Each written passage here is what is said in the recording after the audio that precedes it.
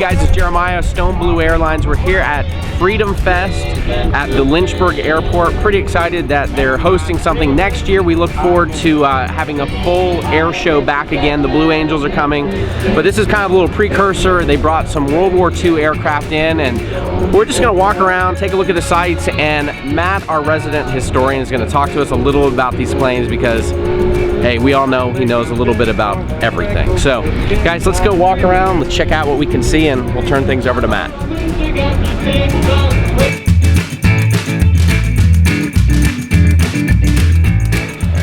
Hey guys, Matt, sitting in the cockpit of a C-47 with Dan Gleason. He's one of the pilots. Dan, I love this office. Don't you? Oh, love it. Definitely laid out, and it has that wonderful old plane smell. Yeah. Now, I am of the personal opinion, and this could be intelligently argued, that I think the C-47 DC-3 is one of the most important planes ever made in history. Tell me a little bit about what you see in this plane. What does it really do for you? Well, I think that's probably true, and Eisenhower said it's one of the reasons we won World War II was the C-47, because it was such a great troop and material transport aircraft, and it was so durable, it was so reliable. It might not appear reliable now compared to a jet, but you got to remember when they started making these in 1937, this was a high-tech aircraft and had a lot of capacity, load capacity, and a lot of speed. Now we say it's a pretty slow airplane, but in that day and time, it really was. So, you know, you get around an airplane like this, and it just evokes that era when people had a specific task and goal, and the country was unified, and people worked really hard. And you know, this plane was produced in that era and served real well. And then it went in, it was served in the airlines for a long time. And so this plane's been restored, and we enjoy taking it around and letting people enjoy it, because people really do enjoy it. Well, actually, this is one of the most beautiful C-47s that I've seen. I love, you know, how you definitely have the aluminum and everything. You mentioned how we might not have won World War II without this plane, and of course the logistics and everything was very important. But all the transports that we used in World War II, what did that do for the airline industry after the war ended?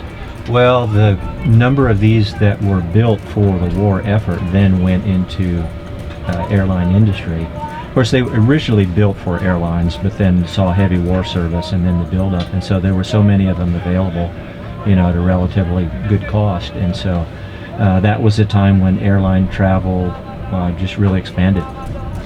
Yeah. I think maybe a lot of people don't realize this, but didn't the DC-3 come about because they were after kind of a sleeper airplane with the being able to hold beds and things like that? They did put a sleeper in it. They wanted a wider fuselage so they could put a sleeper in that. Yeah. Absolutely. That's really neat. Yeah. Well, it was great meeting you. Nice to talk to you all. The only bad thing about this is that we're not taking off right now. Well, we're not, but you know, believe it or not, I'm at work right now. Okay, I've been into Warbirds all my life. You know, I've seen Messerschmitt B-29s. I've seen almost everything. One of the things I haven't seen, though, is a C-46. We got to go check this out. Very rare. There's not too many of them left.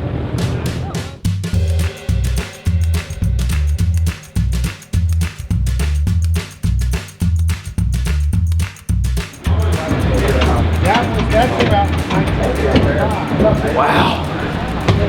Having flashbacks to places I've never been, I can imagine flying the hump, China, Burma, India, back in World War II in a C-46. That's what this was famous for. Fly everything the Allies needed to beat the Japanese. Flew in D-Day, flew into other stuff, but my gosh, it's like I said, I've been into Warbirds all my life, and I've never been able to actually see a C-46. Let's take a look at the cockpit. A lot of times when you see these restored planes and everything, they're not set up like they would have been in the service. This is all you had. They left the room open for cargo, and then they just had some fold down or some little fabric seats for passengers.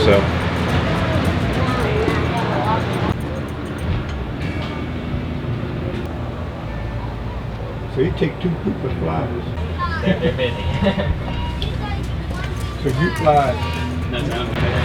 This reminds me of a lot of old military cadences from my time, man.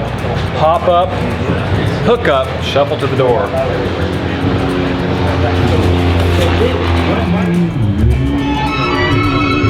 Beautiful SNJ5. Hey, I got something kind of unique to show you. Come here.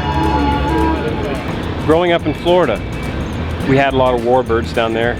There's something interesting that you haven't seen very often. It's a Fuji. I remember growing up that there was a whole squadron of these right after Japan had sold them. What it is, it might look a little bit familiar. The Japanese Self-Defense Force back in the 1950s wanted to adopt a primary trainer. So they took the T-34 Mentor, but they didn't like the tandem seating arrangement. So the Fuji, what it is a T-34 Mentor that sits 4 people. Now I always remember this because, I mean, it had the meatball on the side, so why not use it in every Pearl Harbor demonstration?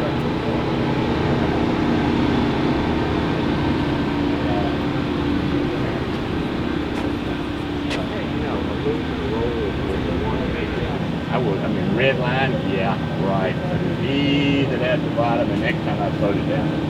Okay. I think it was nice. This is like weird. Okay. Now.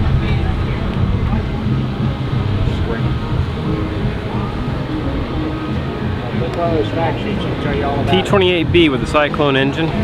It's one of the best warbird sounds you're ever going to hear. T-28B Trojan.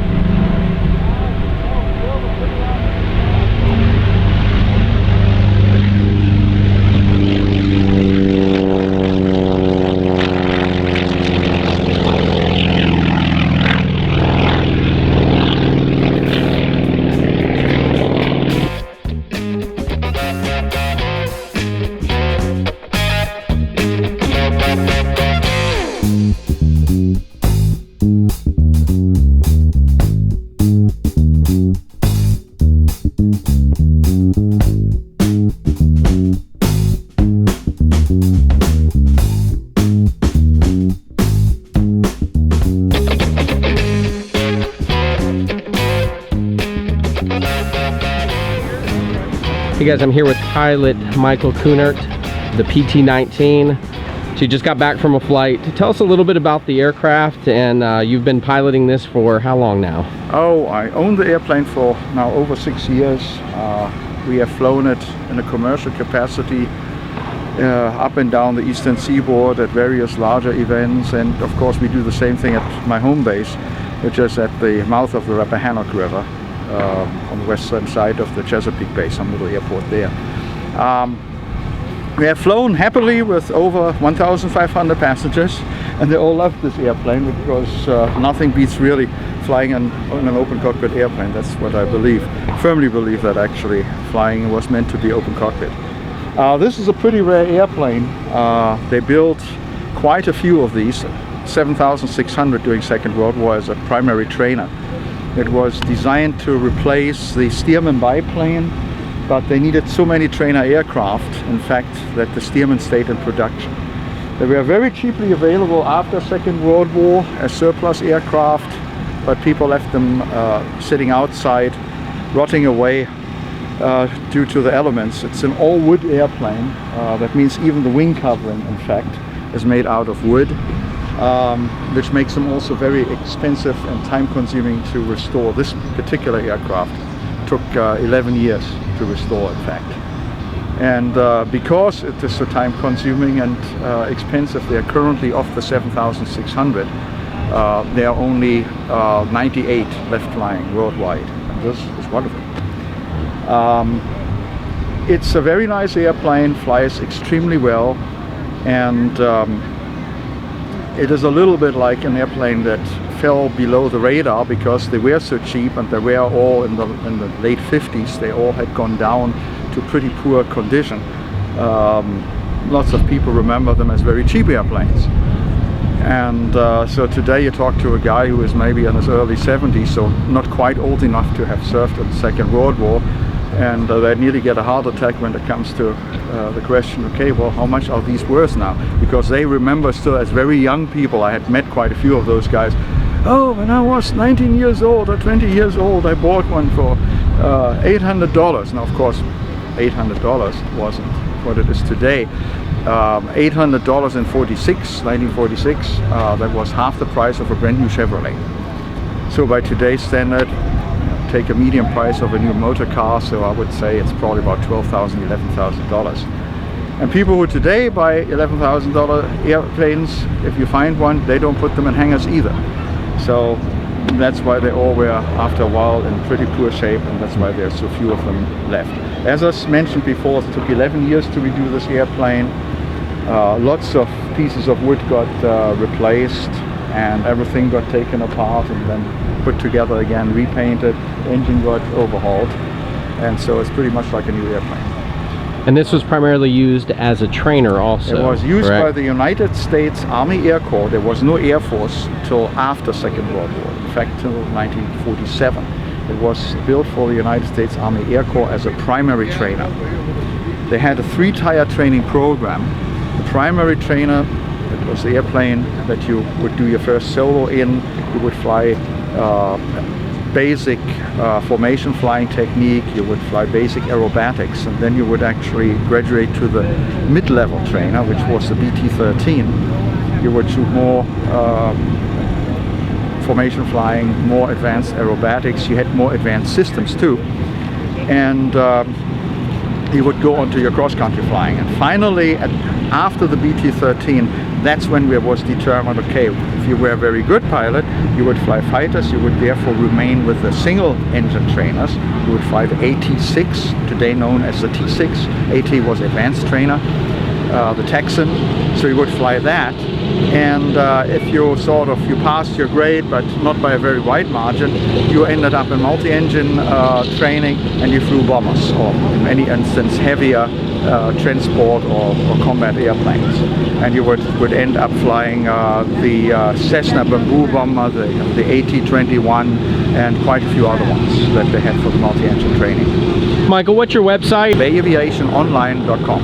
And we have actually on the website, if you click the video gallery, we have actually quite some nice videos that some of them we made, others happy customers sent us. And we also have actually a Facebook page. Bay Aviation does have one. That's great. Great, look forward to going up later. Thank you, Michael.